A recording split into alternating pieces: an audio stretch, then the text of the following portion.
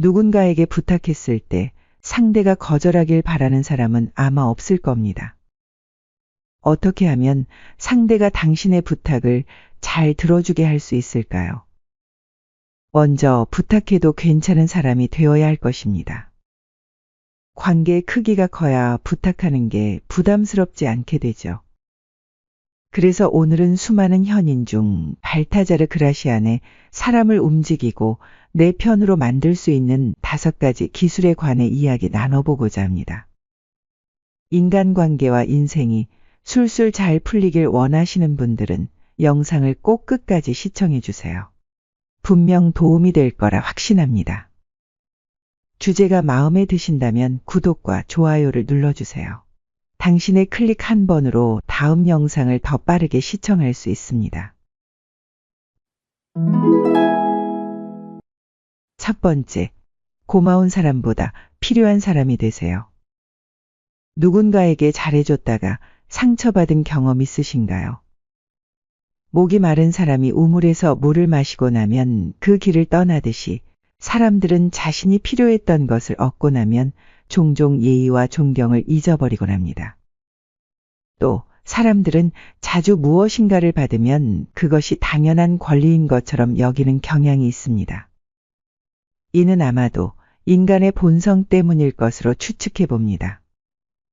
그래서 현명한 사람은 상대에게 감사받는 것보다는 필요한 사람이 되고자 합니다. 상대방이 고마워하기보다 기대하고 의지하게 만들어야 합니다.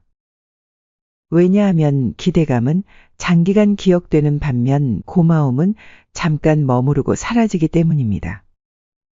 생각해보면 고맙다고 여겨지는 사람이 되기는 비교적 쉽습니다. 단지 먼저 친절을 베풀고 도움을 줌으로써 내가 커피 한 잔을 사주거나 식사를 대접하는 등 소소한 호의만으로도 고맙게 여겨질 수 있습니다. 이처럼 고마움은 제가 먼저 마음을 쓰고 베푼다면 이루어질 수 있는 것입니다. 하지만 필요한 사람이 되기는 어렵습니다. 그것은 단순히 제 입장에서 호의를 베푸는 것이 아니라 상대방이 진정으로 원하고 필요로 하는 것을 이해하고 충족시켜야 하기 때문입니다. 그렇지만 누군가에게 필요한 사람으로 기억되는 것은 관계를 오랫동안 유지하는 데 있어 강한 힘을 발휘합니다. 꾸준한 관계 유지를 가능하게 하는 것은 1차적으로 지속적인 만남이 이루어져야 하는데 그 지속적인 만남을 유지해 주는 것은 고마움보다는 서로에 대한 필요라고 생각합니다. 대부분 사람은 자신에게 필요한 것을 얻기 위해 시간을 쏟고 어려움도 견디며 노력합니다.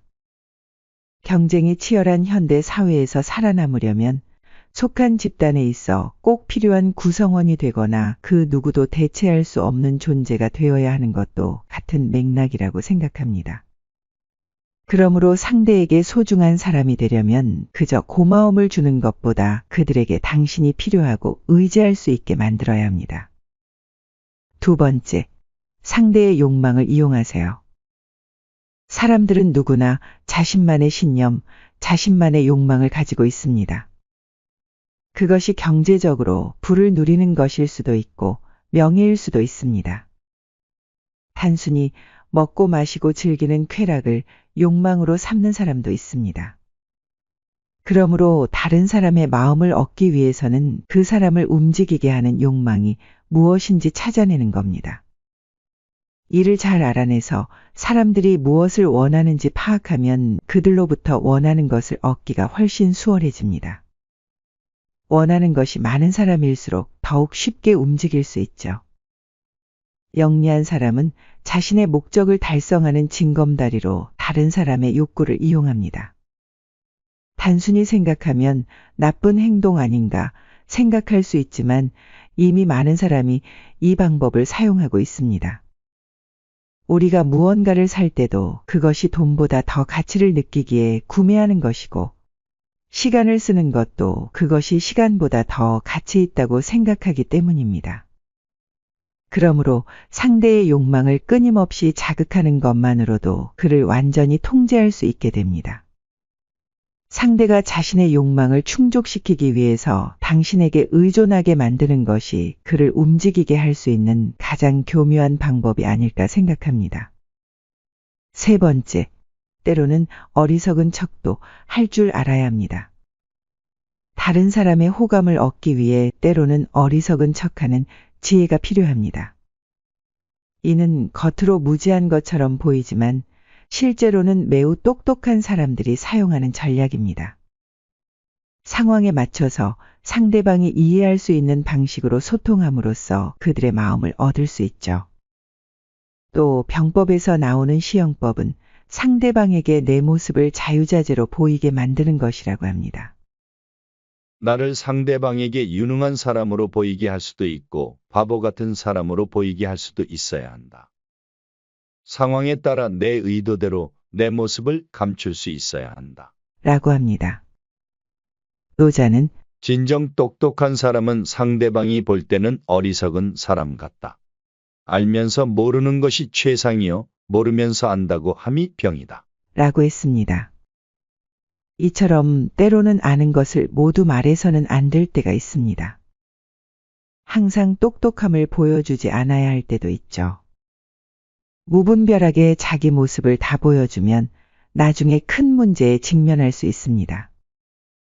리더는 살아남기 위해 때로는 바보 같은 모습을 보여 상대방의 허점을 찾아야 하며 알면서도 모르는 척해서 상대방을 안심시킬 필요가 있습니다.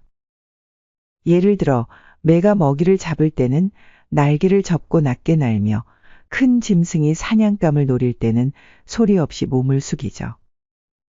그러므로 상대방의 의견을 존중하는 태도를 보여주고 그들이 가진 정보를 중요한 것처럼 높여주는 겁니다. 자신이 부족하다고 말하면 상대와의 분쟁도 줄어들고 오히려 인정받은 상대가 자진해서 도움을 주려 할 것입니다. 네 번째, 적당한 침묵으로 신비감을 유지하세요. 사람은 자기가 잘 알고 있는 것은 대단하지 않다고 생각하고 자기가 잘 모르는 것 또는 못하는 것은 잘 모르기 때문에 뭔가 있을 것으로 생각하기 마련입니다. 익숙하고 흔한 물건들보다는 독특하고 낯선 물건들이 더 비싼 값을 가지게 되고 자신이 잘 모르는 것들에 대해서는 가치를 과대평가하곤 합니다. 예를 들어 협상 테이블에서 상대를 설득하려고 말을 많이 하는 사람은 별로 이득을 얻지 못하는 경우가 많습니다.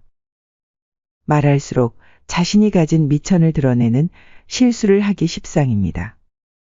어떨 때는 상대방의 눈을 지그시 쳐다보고 아무 말도 하지 않을 때 더 좋은 결과를 가져오는 경우가 있죠.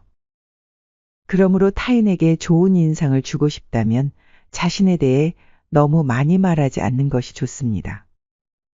발타자르 그라시아는 자기에 대한 이야기는 자랑과 자학 중 하나이다. 자랑은 허영이고 자학은 소심합니다. 상대를 가려 신중하게 침묵하라. 라고 합니다. 우리는 실제로 필요한 것보다 너무 많은 말을 합니다. 남을 욕하는 말, 자신에 대해서 과장하는 말 등 자신을 가치 있게 보이려는 말을 많이 합니다. 그런데 현실은 어떤가요? 말을 많이 함으로써 상대에게 나의 약점을 보일 때가 많습니다. 그러다 중요한 정보를 노출하고 실수하기도 합니다. 집에 돌아가서는 내가 한 몇 마디의 말들을 곱씹어보며 후회하는 경우 한 번쯤은 있으실 겁니다. 따라서 좋은 대접을 받고 높은 평판을 얻고 싶다면 말을 아끼는 것이 중요합니다. 다섯 번째, 부탁할 때는 타이밍이 관건입니다. 기분이나 시점에 따라 똑같은 말을 해도 상대방의 반응이나 결과가 매우 달라질 수 있습니다. 상대의 기분이 좋을 때, 가령 식사를 한 후나 기분이 상쾌할 때 도움을 청하는 것이 좋습니다. 기분이 좋은 사람은 대체로 다른 사람을 돕는 데 관대하죠.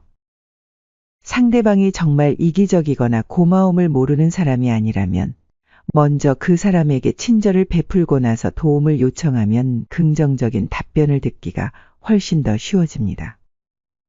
또 마감일이 임박하기 전에 부탁하는 것이 좋습니다. 이는 상대방에게 다른 선택권 없이 당신의 부탁을 들어줘야 하는 입장이 되게 할 수 있어 사이가 나빠질 수 있습니다. 마지막으로 부탁할 때는 충분히 납득 가능한 이유를 얘기해 주는 것이 도움이 됩니다. 기분과 타이밍 그리고 당신의 태도에 따라 같은 이야기라도 전혀 다른 반응과 결과를 얻을 수 있습니다. 사람의 마음을 움직이게 하는 발타자르 그라시안의 5가지 조언을 참고하여 상대와 공감하고 상대로부터 공감을 얻어내는 지혜로운 삶을 살아가시기를 바랍니다. 끝까지 시청해 주셔서 감사합니다. 구독과 좋아요는 사랑입니다.